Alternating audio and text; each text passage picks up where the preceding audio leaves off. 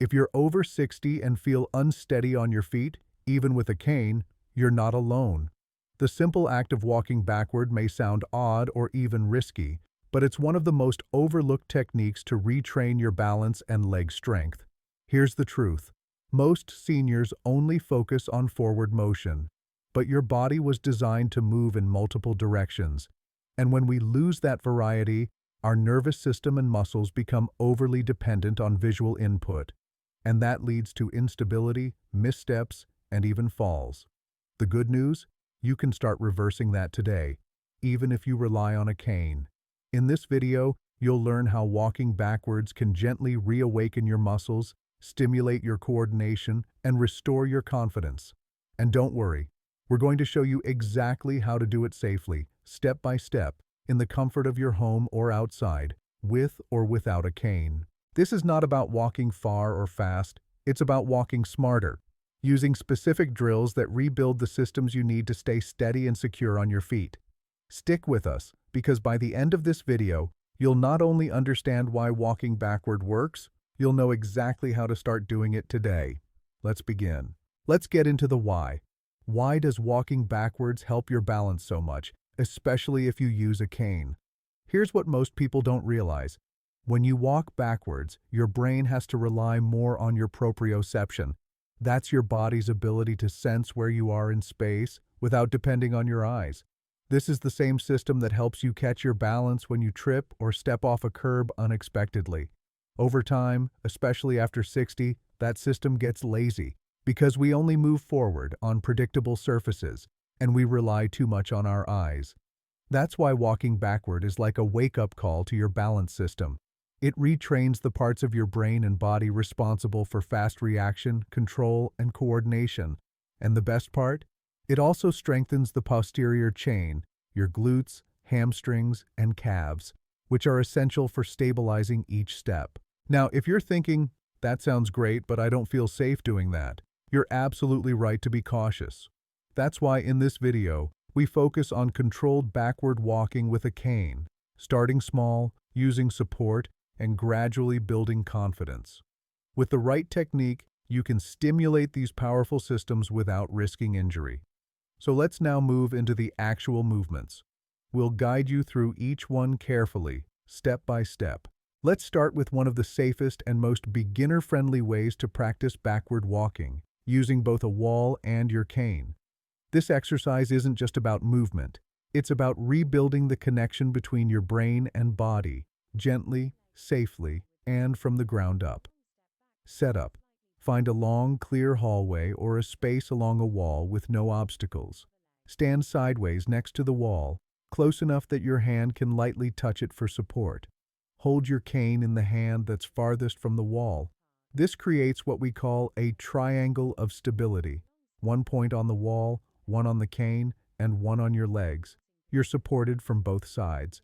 Body position. Stand tall but relaxed. Feet hip-width apart. Shoulders over hips. Look straight ahead, not at your feet. This encourages your brain to rely on your internal balance system rather than just vision. Keep a light bend in your knees to avoid stiffness or locking. Step-by-step execution. Shift your body weight gently onto your left foot. With your right foot, take a small step backward, about half the length of your foot. Place the toe down first, then gently lower the heel. Feel the floor beneath you. Keep the cane slightly ahead of your body, not way out in front, just enough to stabilize. Now bring the left foot back to meet the right. Repeat the movement, alternating feet. Move slowly and with full awareness. This isn't about how far you go, but how well you feel each step. Breathing and coordination. As you step back, inhale slowly. As your foot lands, exhale and feel yourself grounded. This simple rhythm helps your brain stay calm and focused. Try matching your steps to your breath. What to focus on? Do you feel your hips gently shift with each step? Are your ankles adjusting slightly as you step back? Can you sense the ground as your toes then heels land? These sensations are signs your nervous system is being reawakened, a crucial part of rebuilding balance. Common mistakes to avoid. Don't rush. Speed is the enemy of control in this case. Don't take long steps. Short and deliberate is the goal. Avoid leaning heavily on the cane. It's a guide, not a crutch. Don't look down constantly. Trust your surroundings and body. How it helps. This movement targets the back of your legs, the hamstrings, glutes, and even deep postural muscles. These are often underused in forward walking but are vital for stability.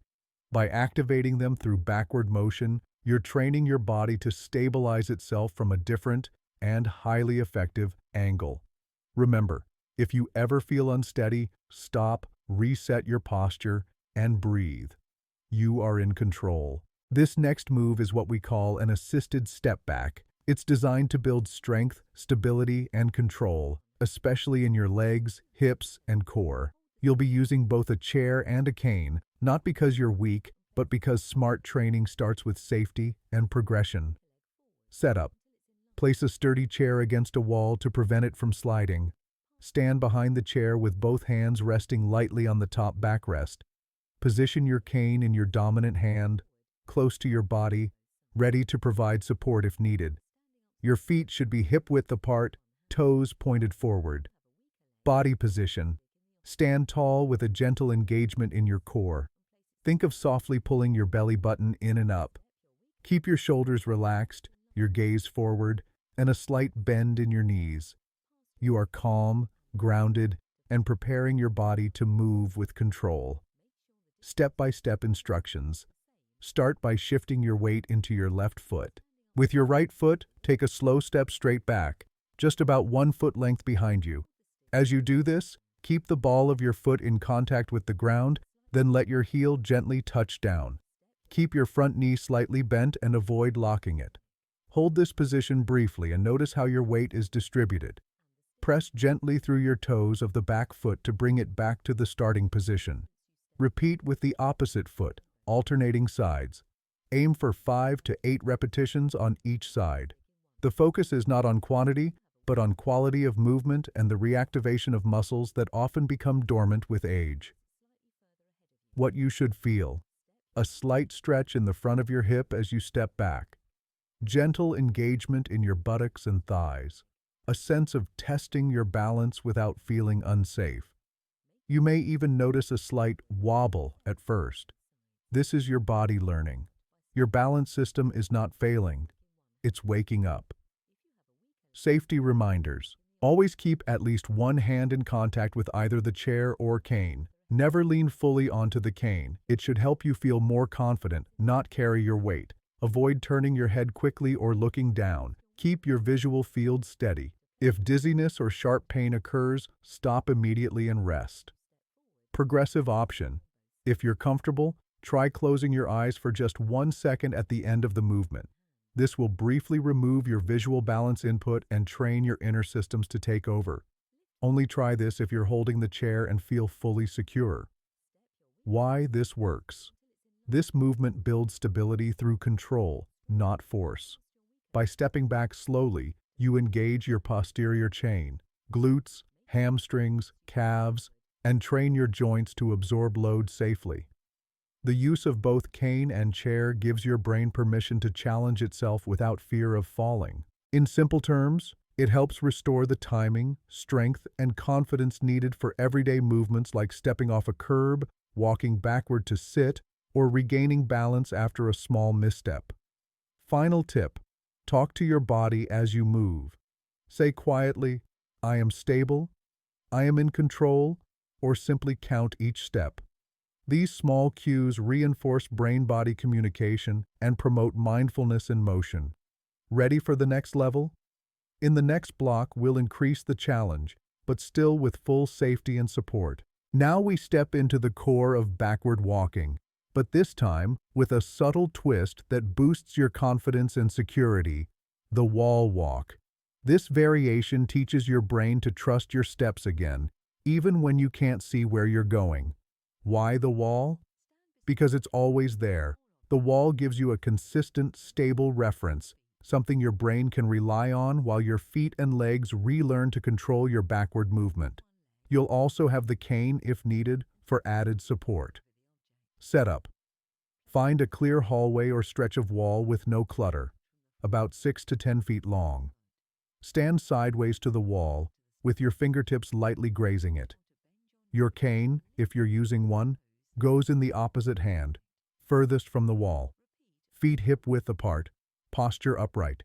Posture checklist. Chin slightly tucked, not tilted. Eyes forward, not down. Core gently engaged. Hips squared, not twisted. Step-by-step instructions. Start by shifting your weight into your left foot. Take a small step backward with your right foot, no more than half a foot length. Let the ball of the foot land first, then gently place your heel. Shift your weight evenly between both feet, maintaining balance. Bring the left foot back to meet the right. Continue slowly stepping back along the wall for 5 to 6 steps. When you reach the end, pause. Recenter yourself. Then walk forward to reset, or turn carefully to repeat the backward walk again. Perform 2 to 3 rounds. What you should feel. A deep focus in your legs and feet. Every step should feel intentional. Light contact with the wall through your fingertips, enough to reassure, not support. A calm breath, even if your mind feels alert. That alertness is part of the retraining. Safety reminders. Never lean into the wall or cane. Use them as gentle guides. If you feel unsure, stop and reset. Do not rush. The slower, the better. This is not a cardio workout. It's brain training through movement.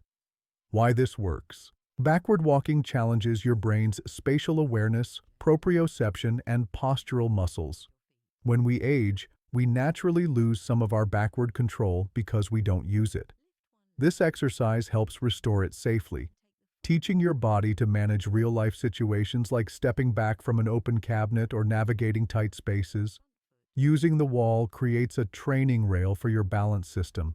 It keeps your environment familiar while allowing your inner balance mechanisms to take the lead. Progression. Tip.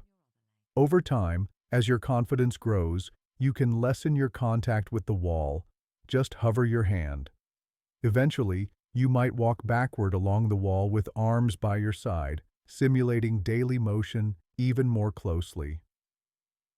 Empowerment. Message.